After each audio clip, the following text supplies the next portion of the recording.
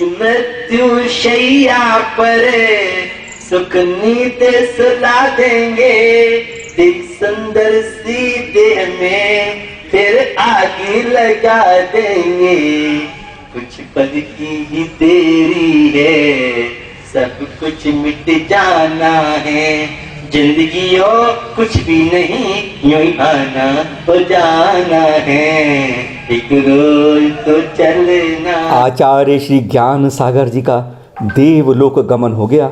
बस यही शब्द कान में पड़े, सुनते ही कान तो दूर आंखें फटी रह गई। गलत सुना होगा। श्री महावीर स्वामी जी का मोक्ष कल्याणक दिवस 12 में पूरे समाज के साथ मनाकर सायंकाल में गौतम गणधर स्वामी जी की पूजा आरती का कार्यक्रम चल रहा था कि अचानक आचार्य ऋषि को स्वास्थ्य थोड़ा ढीला लगा। वे कार्यक्रम में थोड़ा देर में आने का कहते हुए वे तख्त पर जाकर बैठे कि चंद मिनट में लेट गए।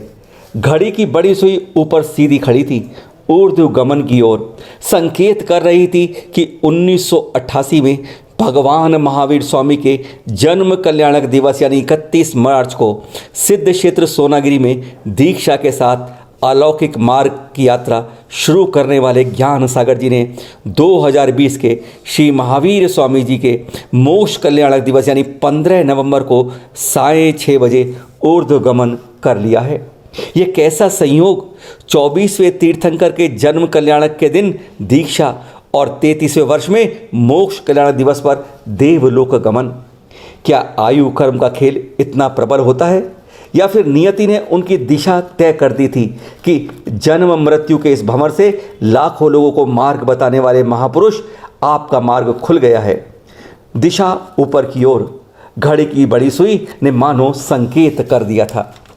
27 बरस से उनके चरणों की धूली मस्तक पर लगाने का सौभाग्य मिला है हमें।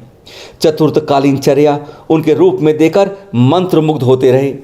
सुबह सवेरे शुद्धि के लिए श्रावकों के साथ धर्म चर्चा करते आना जाना, और उस समय सैकड़ों युवाओं का उत्साह देखते ही बनता।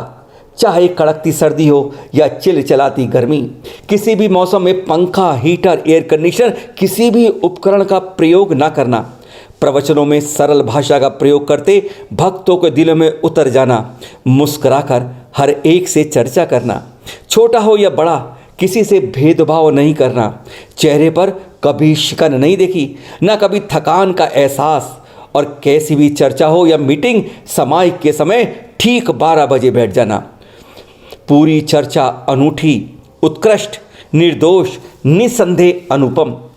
आदर्श समाज के निर्माण के लिए जितना संवाद जजों, वकीलों, डॉक्टरों, नेताओं, सीए, अभिभावकों, अधिकारियों, छात्रों, यहाँ तक कि लगभग 100 जेलों में बंद सैकड़ों, हजारों, लाखों कैदियों से समय समय पर आपने किया, उतना संभवतः किसी भी अन्य संत ने नहीं किया होगा, चाहे वो किसी भी धर्म के क्यों ना हो। लाखों सराक बंदों को मुख्य जैन धारा में जोड़ना शायद आपके अलावा कोई और नहीं कर पाया। क्या कहें आपके बारों में, शब्द बौने हो जाते हैं, विचार लघु हो जाते हैं। बस आज उन्हीं के अंतिम प्रवचन के शब्द कानों में गुंजायमान हो रहे हैं। सुनते हैं 15 नवंबर सुबह के प्रवचन का यह अंश। आज पूजन करेंगे, पूजन दिन में करें। पूजन के समय कोई भी रुपया, पैसा, चांदी और खाने पीने की चीज की हमारे यहाँ पूजन नहीं होता है। हमारे यहाँ बाट तराजू का पूजन नहीं होता। हमारे यहाँ बाट है, तराजू है, मीटर वगैरह है, उस पर स्वस्तिक बनाते हमारे यहाँ। ये हमारे यहाँ व्यवस्था है। और एक थाली में जनवाणी रखे, एक बीच में कलश रखे, एक थाली में सातिया पूरे, और 16 दीपक जलाए जाते हैं। और 16 दीपक में एक दीपक में 4-4 बाती होती हैं, और वो 16 64 बातियां होती हैं। और भगवान महावीर स्वामी की हम पूजन करते हैं, सरस्वती की हम पूजन करते हैं। लक्ष्मी कोई नहीं है जो लक्ष्मी की फोटो लागे पूजन आदि करते, अखबार में एक अलग से आता है। लक्ष्मी माने ये ज्ञान लक्ष्मी है, आत्मा का वैभव रूपी लक्ष्मी है, समोषण लक्ष्मी थी।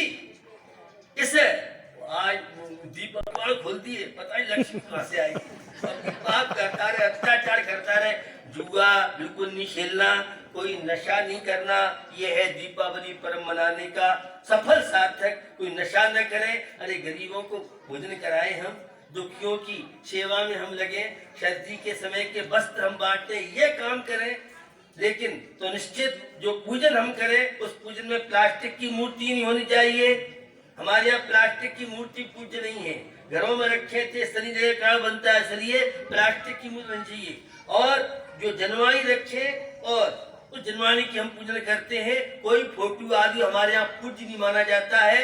जिसकी प्रतिष्ठा प्राण प्रतिष्ठा होती है वही हमारे यहाँ पूज्य माना जाता है।